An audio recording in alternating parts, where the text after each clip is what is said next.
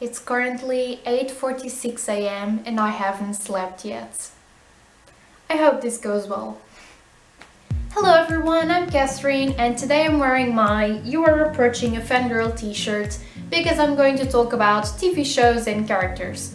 Today I'm going to make a list of characters from popular TV shows that I watch that I think have some sort of mental illness. Mental illnesses are not well portrayed in media.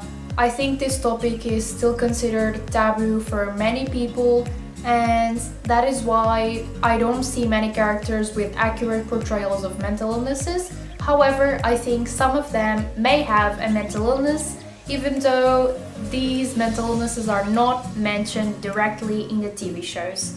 So today on this list, some of these diagnoses are official because they were mentioned in the TV show, and some of these diagnoses are not because they were diagnosed by me through observation, and I combined that with my knowledge of mental illnesses, which is not a lot. Number 1. Archie Andrews from Riverdale. Archie Andrews is one of the main characters in Riverdale. He has had many ups and downs, but during this season 3, he has been dealing with a lot of stress and anxiety and panic, and I believe he has PTSD. In episodes 10 and 11 of this season, you can see he's dealing with a lot of anxiety, and Veronica is singing for him at the Le Bon Nuit. He has some sort of anxiety attack and he leaves abruptly. He has thrown away many things in his room that reminded him of the past. He has hallucinations, he's been dealing with a lot of dark thoughts. He even tried to kill Harlem Lodge because he wanted to kill his demons. So I think he has PTSD. I hope things get better now that he has saved Harlem Lodge's life. Number 2. Cheryl Blossom from Riverdale. Cheryl is, in my opinion, the character that has the most troubled past. It's very obvious that in the first season she went through depression when Jason died. I remember this one time when Cheryl had a mental breakdown during an American football match and she saw Jason in Archie. She started crying, she had to leave the field. She always tries to hide her emotions behind that harsh and cold mask, and she feels very misunderstood, I believe. It's very clear she has depression because she even tried to kill herself and Archie had to save her. However, this is not the only mental illness I believe she's had. I also believe that during season 1 she had narcissistic personality disorder, but I'm not sure. I don't know if I'm correct or not, because personality disorders are very consistent and very hard to recover from, and she seemed way better in season 2, so I don't know if this is real or not, but here are the reasons why. During season 1 she feels superior to others somehow, because she has that "I'm Cheryl Bombshell, I'm the main cheerleader, I'm the queen bee of this school" act. She envies Veronica when she comes to town because she feels threatened by another rich girl that might take her place as the queen bee in the school. She has also shown some difficulty regulating her emotions and behaviors. And the last reason is people with narcissistic personality disorder secretly feel ashamed of themselves or even humiliated, and we know that is true because her parents didn't quite understand the fact that she was a lesbian and she liked girls, and I think she didn't accept herself, and that might have triggered that narcissistic personality disorder. Screenwriters do this a lot. They take characteristics from narcissistic personality disorder and put it into characters, and then they don't mention it. There's Lydia in Teen Wolf, Allison in Pretty Little Liars. There are so many characters. I feel like every teen drama has this queen bee type of character. Number 3. Blair Waldorf from Gossip Girl. Blair Waldorf is my favorite character since episode 1 of Gossip Girl. I've watched Gossip Girl twice and I absolutely love her. Blair has bulimia. This was not diagnosed by me, this is a fact. They mentioned it a few times during the show. I believe Blair was very vulnerable to developing an eating disorder. She's always surrounded by models because her mother is a fashion designer, and Eleanor also puts a lot of pressure on her, and sometimes she drops a few nasty comments here and there about her daughter's appearance. She is also a perfectionist. She is a brilliant and hardworking student, and that is also usually characteristic of people who have eating disorders.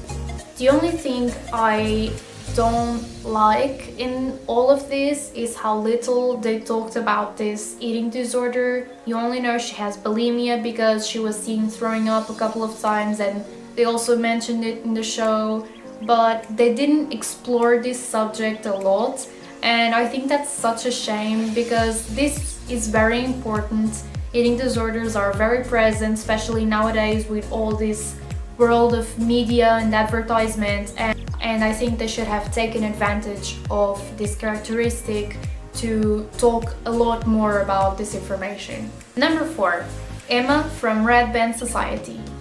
Since we're talking about eating disorders, I couldn't help but bring Emma from the Red Band Society. Unfortunately, this TV show only had one season, which is a shame because it had so much potential. If you want an accurate portrayal of anorexia, Emma is the best character for it. Coming from a person who has had to deal with an eating disorder, I could relate to a lot of moments. All the lies, all the things she had to do to hide her real weight, the pretending everything was fine when it wasn't. That is all very real to me, and there were 2 specific moments that I will never forget in that TV show.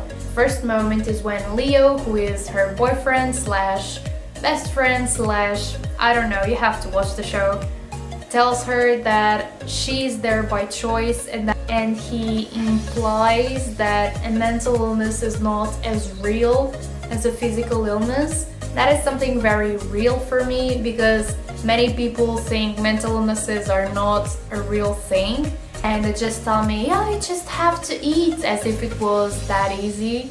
The second moment is when she goes to prom and a bunch of girls go up to her and tell her she looks amazing when she has an eating disorder and she's sick, which is just terrible, but it's absolutely true. Number 5, Skins in general. Skins is probably the best teen drama I've ever watched.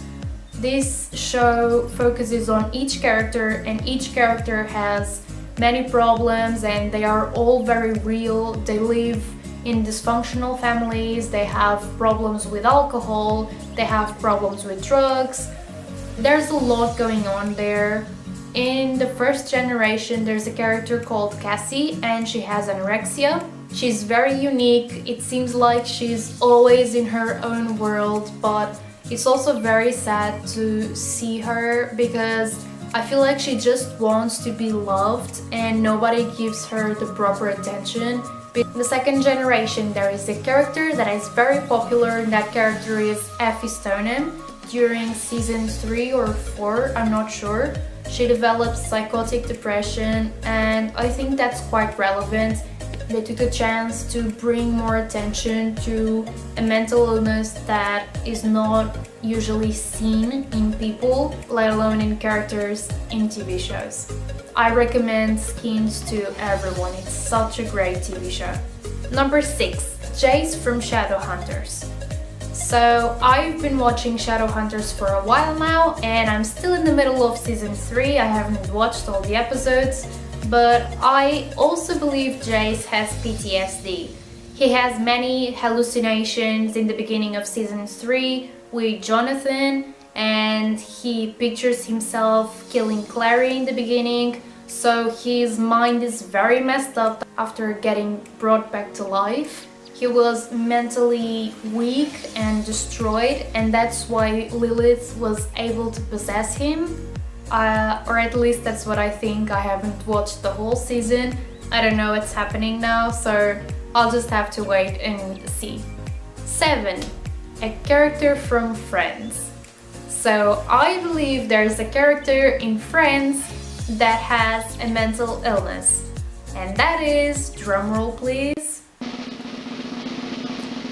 Monica Geller. I believe Monica has OCD. Why do I think this? There are some reasons, some things the characters have mentioned about Monica or some things she did that have led me to believe that she has OCD. First of all, she writes down numbers on the mugs she owns to keep track of them. She only eats Tic Tacs in odd numbers, and when Rachel and Monica switched flats with Joey and Chandler, she went crazy trying to figure out what that one switch was for. She broke down the walls trying to figure it out. I don't think a regular person would do that on a daily basis, so I think she has OCD. I truly believe that. Of course, they don't mention it in the show, it's a comedy show, and you might have noticed that mental illnesses are not that fun to talk about, so it's quite obvious they don't mention it. That is all I have for today's video. I really hope you enjoyed this. If you did, give this video a thumbs up. Leave a comment down below telling me your favorite TV shows, and if you want a part 2 of this video.